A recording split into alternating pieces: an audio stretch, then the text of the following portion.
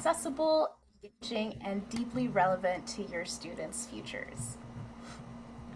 Okay, so our 3 levels of engagement today. Our approach is structured across 3 levels. Beginner, which focuses on conceptual AI literacy. This one requires no coding, just critical thinking and fundamentals using teachable machine. Level 2 is intermediate, and it focuses on block-based building. Students will develop computational thinking through visual programming using Scratch and machine learning for kids. And level 3 is our advanced level, and it's dedicated to text-based coding. This is professional development using JavaScript and ML5 for API integration. So our goal over the next hour is to master these 3 levels, moving from pure conceptual discussion to building a fully functional web application. So let's look at our project that we will be working on. It is a movie poster recognizer. So throughout all 3 activities, we'll be focusing on one compelling student-friendly project. And it's to train an AI to analyze movie posters and classify their genres instantly. This image classification challenge is perfect because it's visual, relatable, and connects to pop culture. The AI will examine features like color schemes and typography to determine a poster's genre, and this mirrors how commercial AI systems work in the real world. So the project is powerful because, as I mentioned before, it's highly visual, making abstract concepts concrete. It's culturally relevant, creating instant engagement, and critically, it has real-world application, and it is highly cross-curricular, connecting computer science, digital media, and social studies. So let's look at our beginner activity, and this is a conceptual AI literacy one. So this will focus entirely on AI literacy and critical thinking. There will be no coding necessary. We will call this the human classifier activity. So how the project works is they will serve as the initial machine learning model. They will manually sort movie posters, which is our data, based on visual features. And this, of course, mirrors the extraction and pattern recognition processes in all neural networks. Now the process is 4 steps. We will collect the data, the posters as the training data set, identify features by analyzing visual patterns, sort and label, classify posters mirroring supervised learning, and then we'll test the model. We will use unseen posters to check patterns. Now, we will be using Google's no-code tool, Teachable Machine, and this will instantly transform these conceptual ideas into a digital prototype. It's a free browser-based tool that requires 0 coding experience, and it's perfect for beginners because it provides immediate visual feedback, requires no installation, features an intuitive drag and drop interface, and allows for instant testing. So if you've used it before, you may be familiar with it. If it's your first time, you're in for a treat. Students will gain a foundational understanding of these key concepts. So they will be learning supervised learning, which is how AI learns from labeled examples, training data quality, how accuracy depends on input quality, and algorithmic bias. Biased data leads to biased predictions, which is a crucial ethical lesson. All right, so the career skill development, this activity really strengthens analytical and ethical reasoning skills. Students learn to ask, is this data representative? How might incomplete information lead to unfair outcomes? This metacognitive approach, questioning assumptions and validating sources, really prepares students for many diverse careers, whether it's in law, medicine, policy, and beyond. All right, so moving to the intermediate activity, we will transition to building a practical application using a powerful block-based environment. So the way the project will work is we're going to go through the full ML pipeline. They will execute the full machine learning pipeline in 4 steps. Data collection, model training, integration, they'll connect to a Scratch application, and deployment. They will build a usable app that interacts with their custom trained model. All right, so we will be using machine learning for kids, which provides the ML pipeline and integrates directly with Scratch. And ML4K handles the complex backend, while Scratch integration allows students to use familiar blocks to create sophisticated applications. Students will create a functional application where the AI predicts a poster's genre with confidence percentages. And this process teaches essential skills in data governance, API integration, and user interface design, which is exactly the skills needed in modern software development roles. Students will develop computational thinking by learning to break large problems into manageable steps.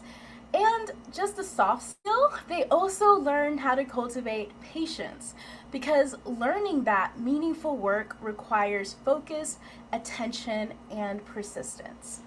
Now, the block-based environment really teaches them to think algorithmically, which is a logical framework that applies to scientific research, project management, and countless other professional domains.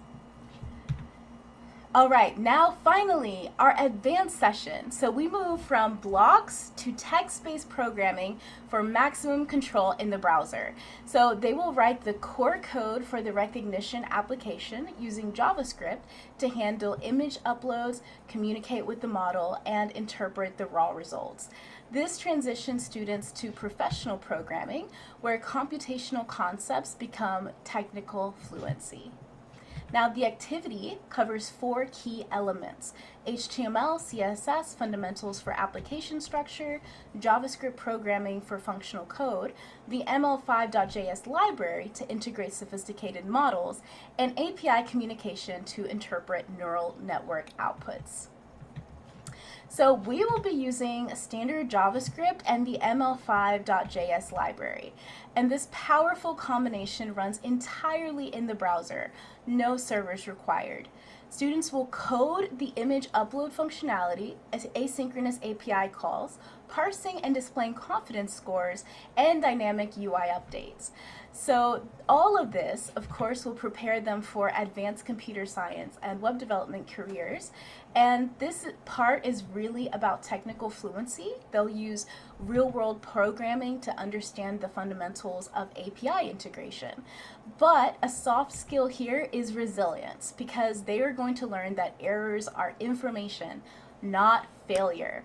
They cultivate attention to detail by discovering that precision matters.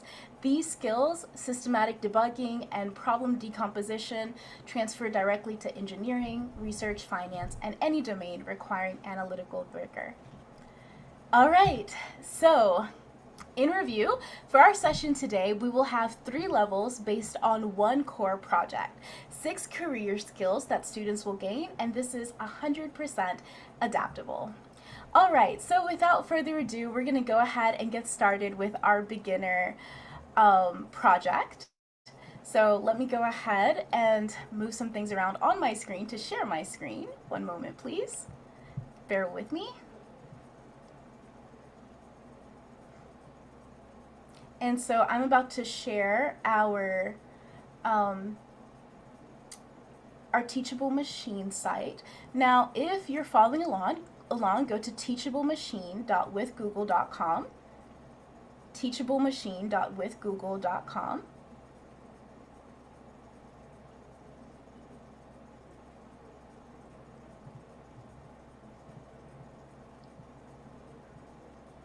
And here it is. Let's see if this is seen very well. All right, so once you get here, we're going to start by just clicking Get Started. And so the first thing that we're going to do is we're going to go to Image Project, Standard Image Model. And here we see different classes. So these classes are like little buckets that we will be putting our data in. Now, you need a lot of data in order to get this to work. You can download movie posters online by going to putting the genre like family and adding family movie posters. Then the internet will give you a wide range of images. You download them individually and you put them in file folders. It's kind of like this in separate buckets. Now we're going to upload those here. I am for our purposes, I am not going to download them live. I already created my own samples that we can upload very quickly. And please bear with me while I grab those files and chuck them in here. Our first class is going to be action. That's the action genre. Our second class is going to be drama. And we're going to add a third class, and this is going to be family. So these are our buckets. I'm going to click upload and then choose images from your files and drag and drop here. So I'm going to go to my test pictures. I'm not sure if you can see the pop-up with my file folders, but if you cannot, what I'm doing is I'm going through my file folder, grabbing all of them and uploading them onto under the action one here. Open. And so we see 8 image samples. Then I'm going to do the same thing for drama. Choose images from your files, going to the drama one, the drama folder, grabbing some of those images. 8 is pretty good. We usually want much more than 8, of course, but if you can't, at least having 8 to 10 samples would be enough for your students. And finally, family. All right. Now they're uploaded, I'm going to go ahead and train my model. Now remember, this is all about training the AI to learn the difference between action movie posters, drama movie posters, and family movie posters. And we want the AI to learn how to tell them so that when we give it a poster that it has never seen before, it can tell us which genre it belongs in. Now I'm going to change webcam to file, and I'm going to choose images from my files or drag and drop here. So I'm going to go ahead and go to action movie posters, and I'm going to choose one that I haven't chosen yet. That's not there. So I'm going to open that, and we have a Wonder Woman, and it is 98% sure that it is action. Now notice that it gives us percentages. This is because AI is very advanced statistics, and it's trying to give us the percentage of how much it thinks it's action, how much it thinks it's family or drama. And so here it's almost like really 100% sure that it's action, and it's correct. Our next one, I'm going to choose a drama one.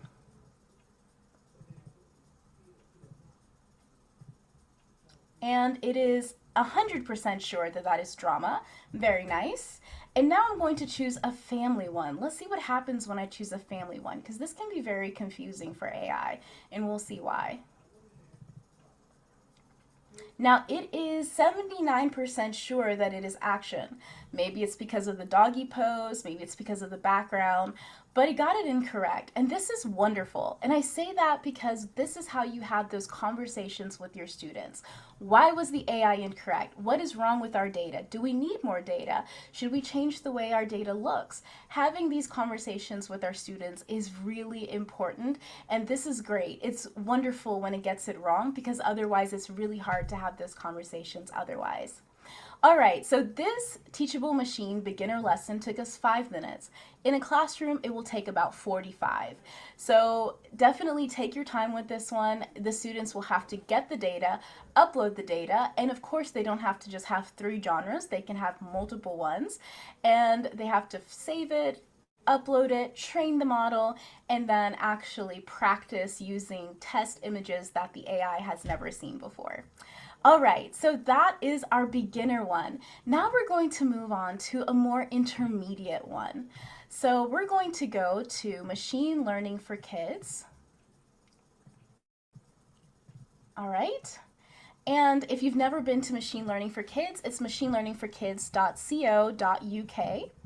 And the first thing that I'm going to do is log out, because I've used this before. And now we're going to go to Get Started. So we're going to do this. And now before we start, I'm going to explain a little bit about this project. Yes, it's a movie poster genre classifier, but it has a little bit of a tweak to it. So it is a project where we are creating a game, and we are pitting ourselves against the computer.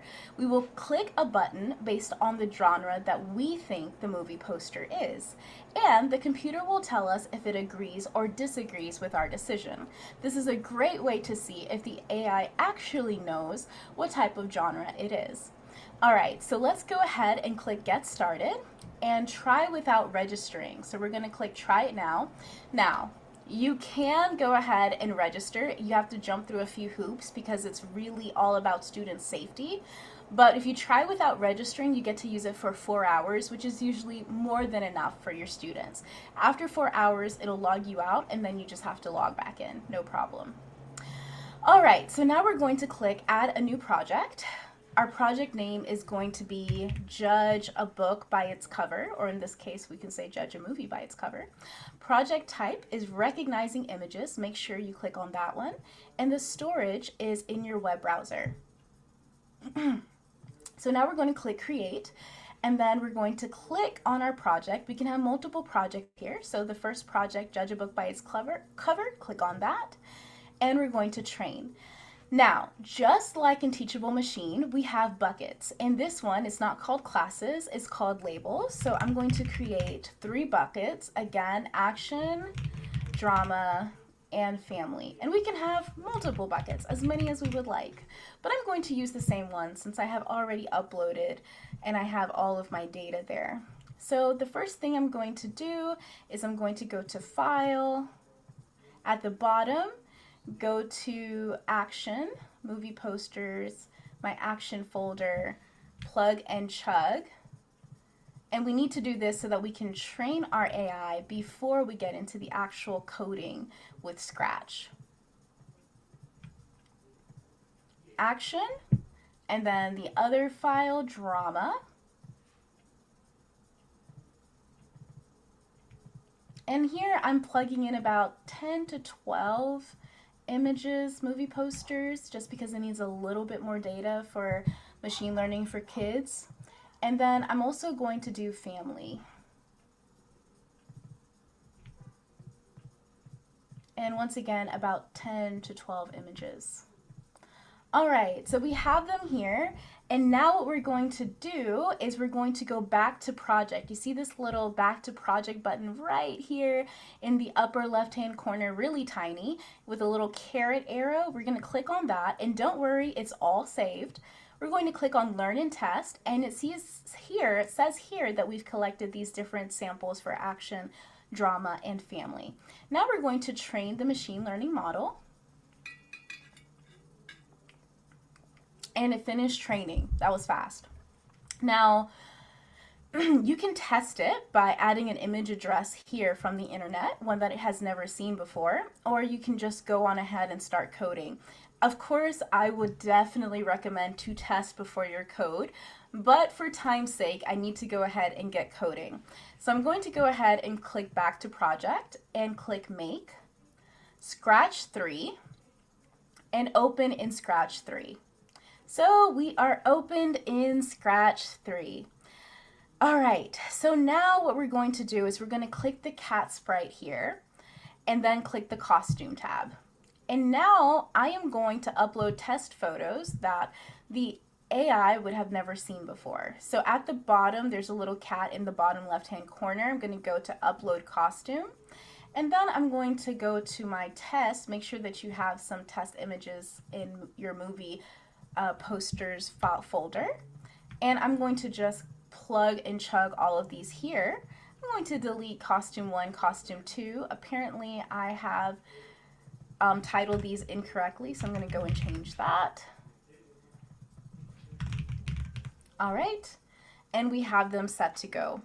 So now I'm going to change the sprite name here to Test Images. And we need some buttons. So we're going to click Choose a Sprite. At the bottom right-hand corner, there's a little kitty cat on the bottom right-hand. Choose a sprite, and we are going to click the search button, and we're going to look for a button. And I am going to duplicate it 2 more times because we need drama, one for family, and one for action. All right, now I'm going to go back to costumes, and I am going to put some text there. So for the first one, I'm going to put the text action, and I'm going to make it white because why not? make it easy to see. Then we're going to do family, drama, and then we're going to do family.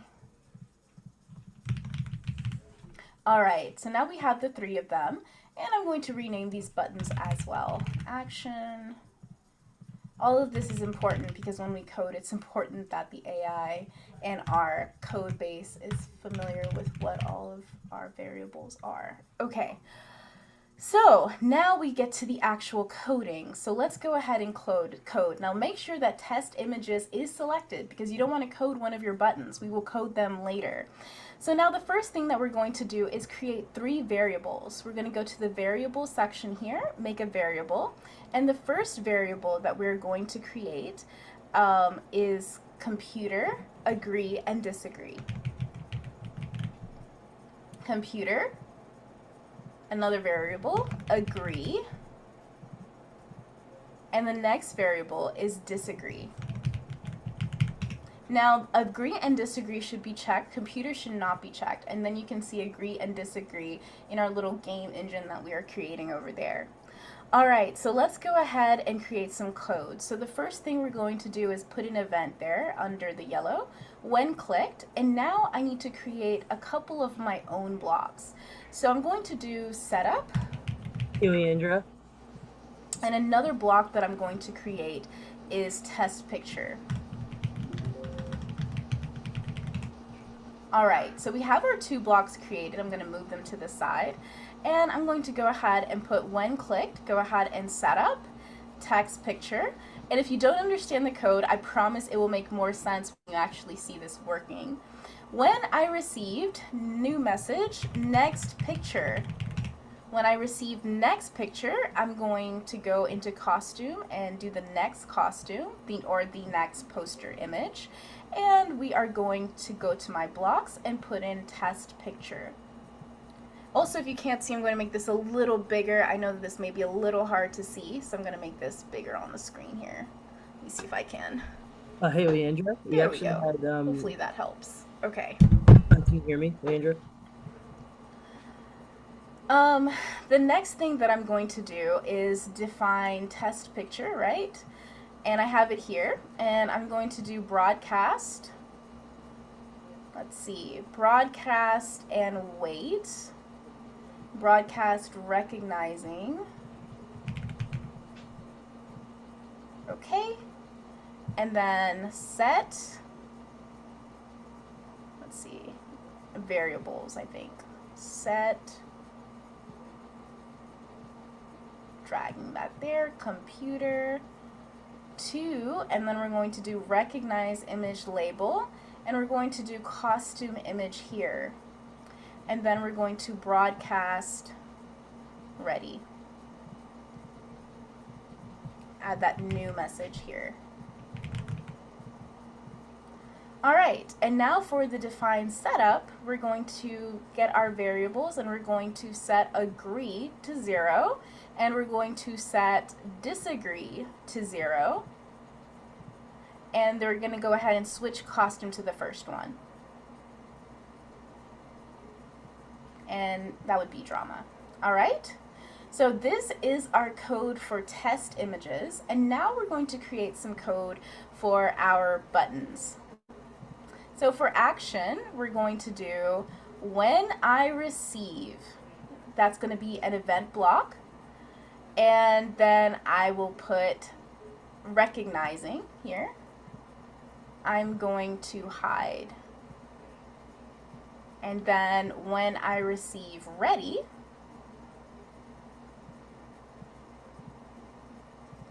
I'm going to show. And then when this sprite is clicked, or this button, we're going to use an if-else statement.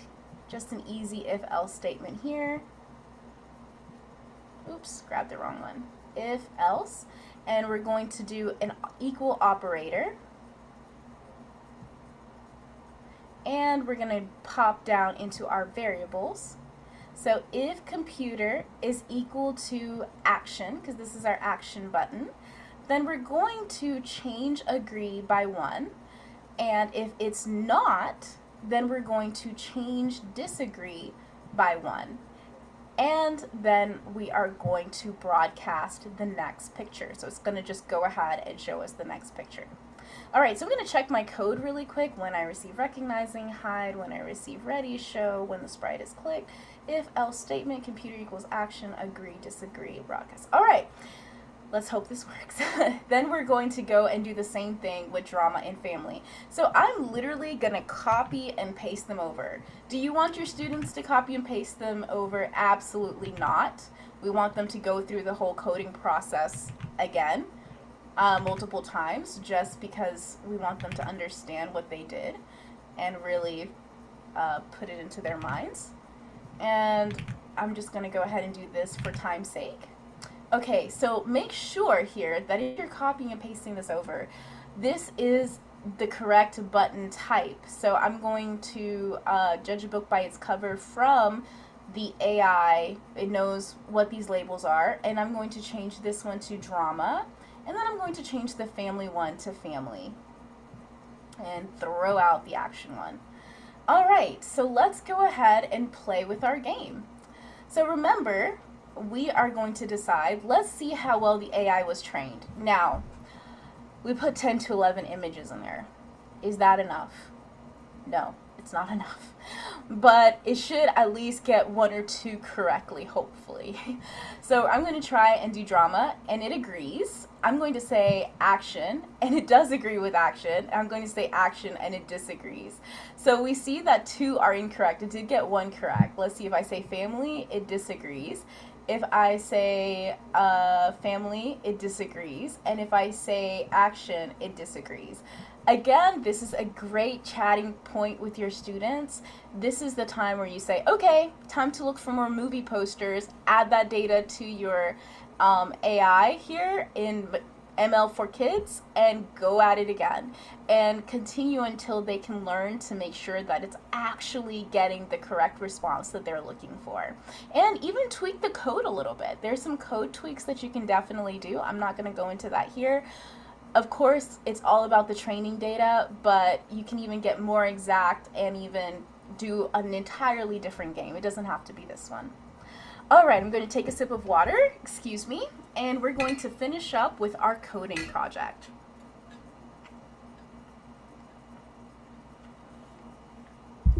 Okay, so now we're going to do the movie genre classifier poster. Now, I created this web page with the help of Claude. It was excellent in helping me create this. I made a lot of mistakes at the beginning, and I would say, Claude, why isn't this working? And Claude would break down all of the little typos and syntax errors that I made in making this. So definitely use Claude. I think in the future we are going to do something where I will show teachers how to create your own class projects or your own programming challenges for your students using Claude or similar AIs of your choice.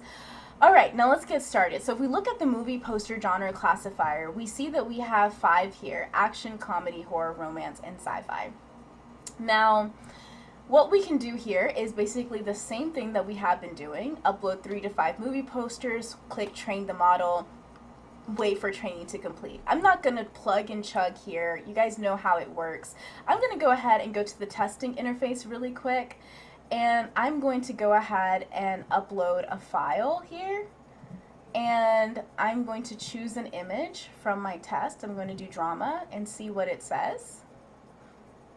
It says that Tron is horror, probably because of the red. Let's do another one. I'm going to choose an image here, and mind you, please remember that this has not been fully trained. This is just just to show how this works. All right, and so it says that this is action. So again, it has not been trained correctly. It hasn't gone through all the training that it needs to go through. This is just to see how students will go from the first web page to the second one once they get it to work. Now, where does the coding come in? So they will actually be doing a few to-dos themselves, which is really exciting. So they will have about 9 to-dos that they have to do to make it work.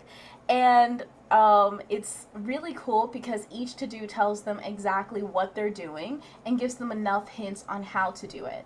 Now, my caution, students should not be doing this unless they're late beginner, high intermediate JavaScript learners. It will be very difficult if they are not, and it can be very frustrating. Now, there are a couple of ways that they can go ahead and enter the code. You can click, I have a coding version here, F12, and the coding version will pop up. So click F12 on your keyboard and the console will pop up, and then you can go to Elements, click on Body, the three ones there, edit as HTML, and you'll see them all pop up. And here you'll see all of the code, the to-dos that the students need to do, etc. Now, I am going to show you guys how to code this in Visual Studio Code. You can choose whichever text editor you would like. It can be Visual Studio Code, it can be Sublime, it can be Notepad++, even Notepad itself, whatever your students have available for them. It's all in the web browser, so you don't need anything else. I am going to go ahead and put up Visual Studio Code for you guys, and I'm going to share my screen here.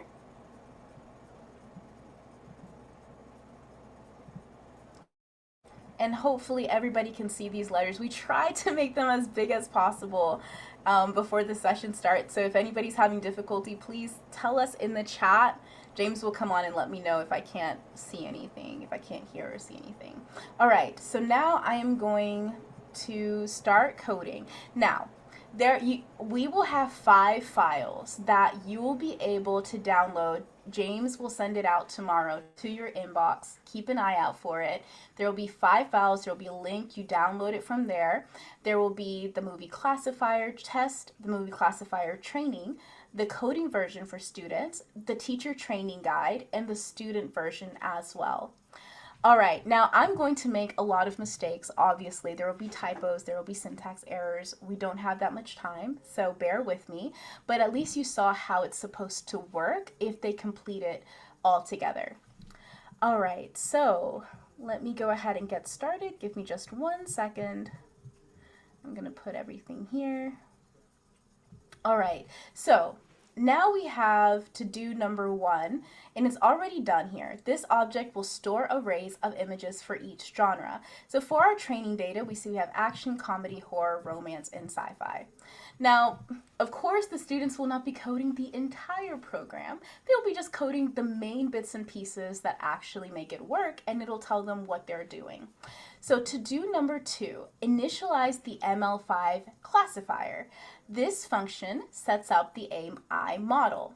So we're going to create a feature extractor using ML5.featureExtractor in parentheses. So we're getting these little hints here, as you can tell. We're going to pass in MobileNet as the first parameter and ModelReady as the second. We're going to store the result in the feature extractor variable. And the hint that they're giving us is to think about calling a function and storing its return value in a variable. All right, so I'm going to go ahead and put my code here, and it is feature extractor equals ML5 dot feature extractor, and then we have it has 2 parameters, right? 2 parameters, yes. The first one is MobileNet, and it actually gives it to us there, and the second one is ModelReady.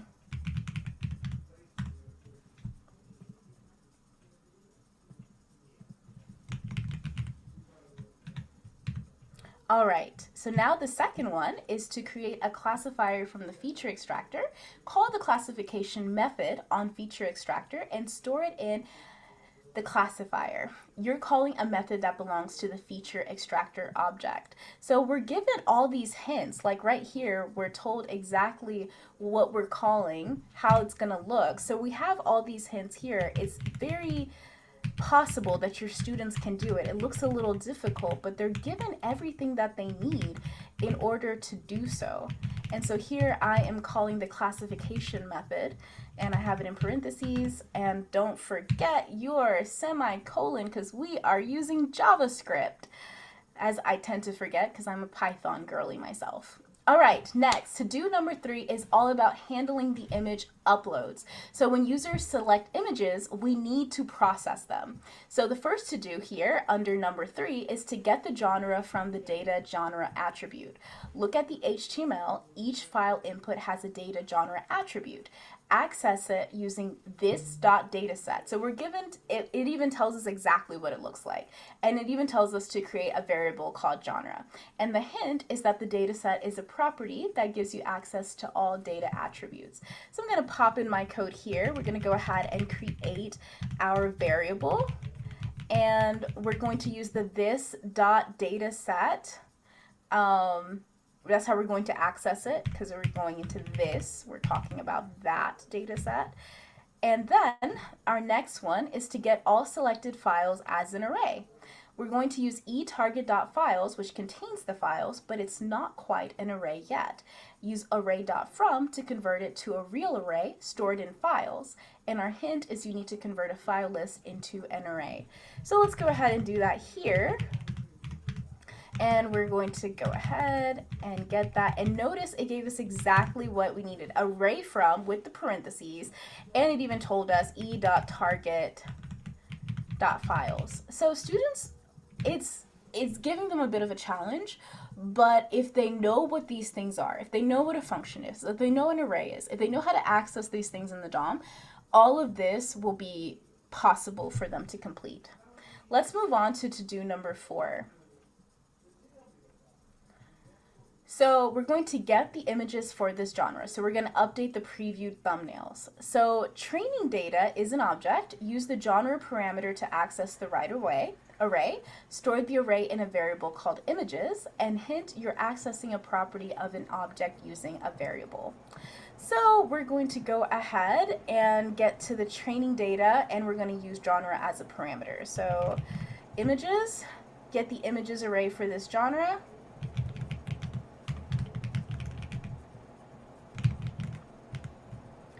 Use genre as a parameter.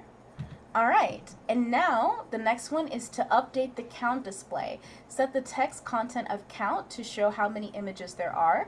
Use a template literal with the $ and the brackets to insert the length.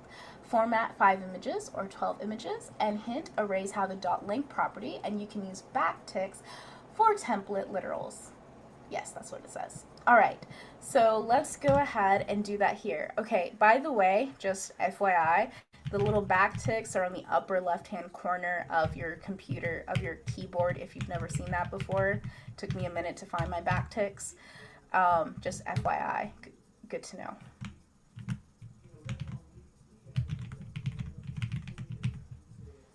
And we're going to add images, and then we're going to do another closing backtick and a semicolon.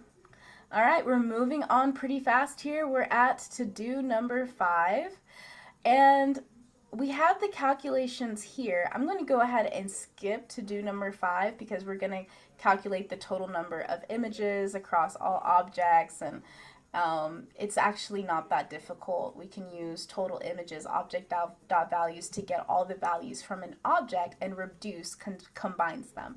So that one's not too difficult. If you have any issues with this, I definitely suggest adding it to an AI of your choice. But it even tells us how to use greater than or equal to and how to do it. So it's not too difficult here. But these may be a little bit more difficult, and I want to go over these in detail. So to-do number 6 is to add training data to the classifier. So the first to-do is to loop through each genre and add images to the classifier. We need 2 loops, an outer loop for genres and an inner loop for images. First, we're going to get all the genre names or keys from training data. We're going to use for each to loop through each genre name, and then we're going to use hints. The hint is object.keys returns an array of property names. So that's going to be the first thing that we're going to do. We're going to get object.keys, And remember training data. And we're going to do a for each loop dot for each and genre. And then we're going to do the little arrow. And then we're going to do the brackets here.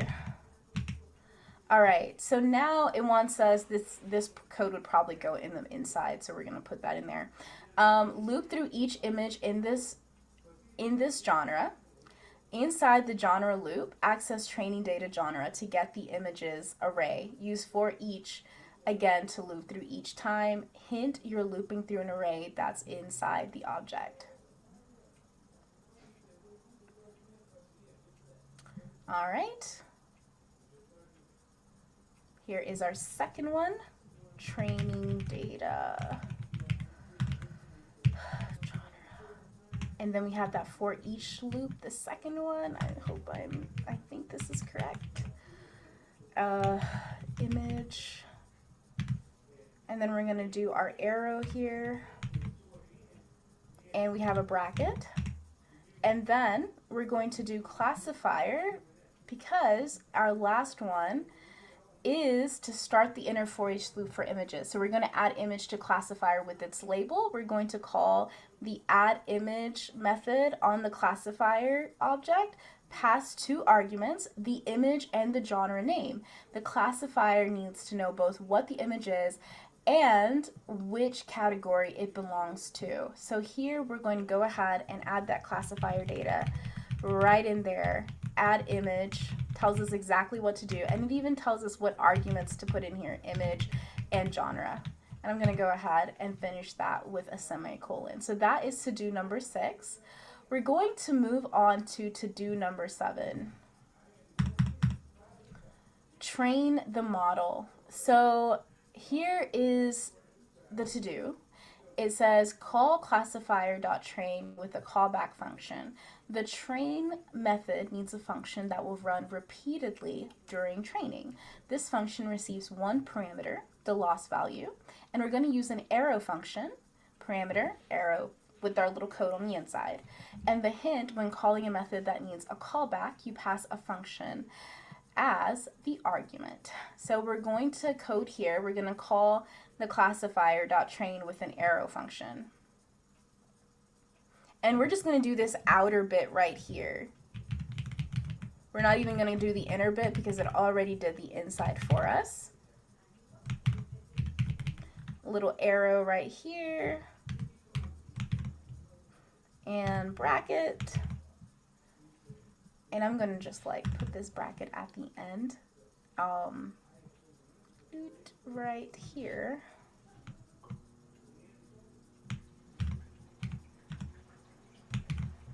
Semicolon. So we're going to put that closing bracket at the end. So the rest of the code is right here. They gave it to us on the inside. And the completion of the code is there, and we closed it out. This is a simple to do. I'm going to let you guys do that one. Easy peasy lemon squeezy. If you have any trouble, once again, refer to an AI or the teacher guide, which has all the answers. Hint, hint. Very helpful.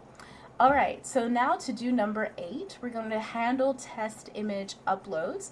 This one is pretty good too. So we're going to classify the image, and we're going to call the classify method on the classifier object. We're going to pass two arguments, the image and the callback function name.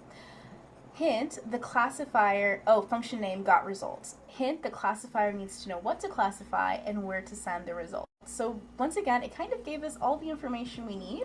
We're going to go ahead and pop our code in there.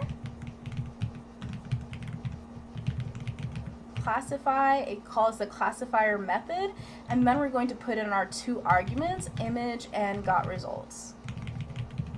And now we're going to do our very last one. Oops, almost forgot a semicolon there. We're going to do our very last one, and this is to do number 9. Now this one is going to take a little bit of time, bear with me. So we're going to take it step by step just as it's presented here. So to do, we're going to loop through results and display them. Results is an array where each item has a label and confidence properties. Use for each to loop through. with parameters for the result and its index. Hint, arrays have a for each method that gives you each item and its position. So we're going to go ahead and put our code here.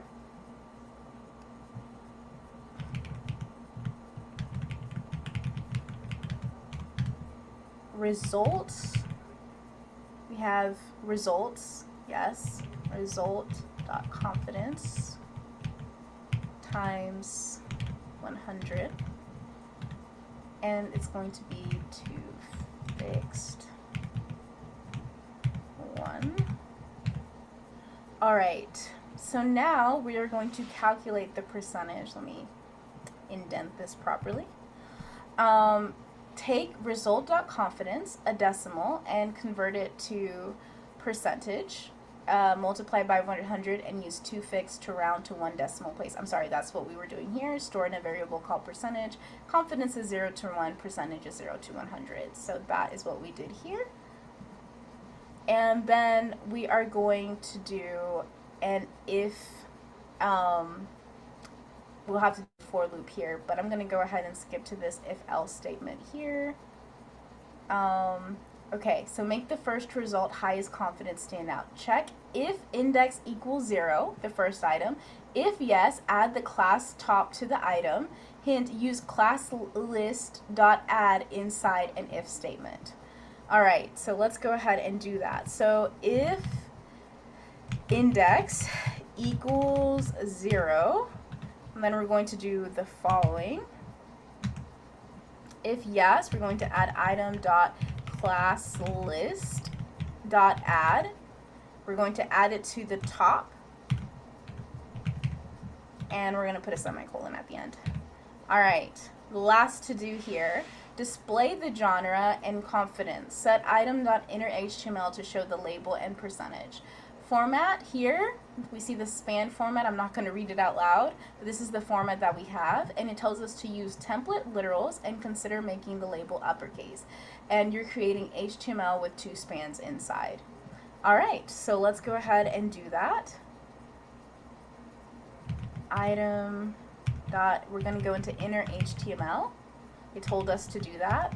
Set item.innerHTML to show the label and percentage, and then it tells us to do the span. Ticks, we need the backticks. It didn't tell us to use the backticks, but we need the backticks.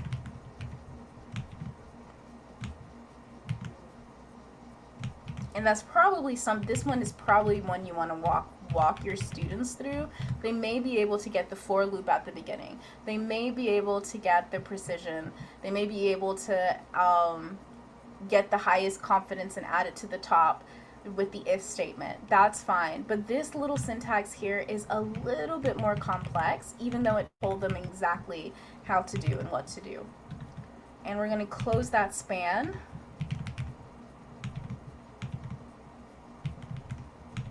And we're going to do the dollar, what was it, dollar percentage.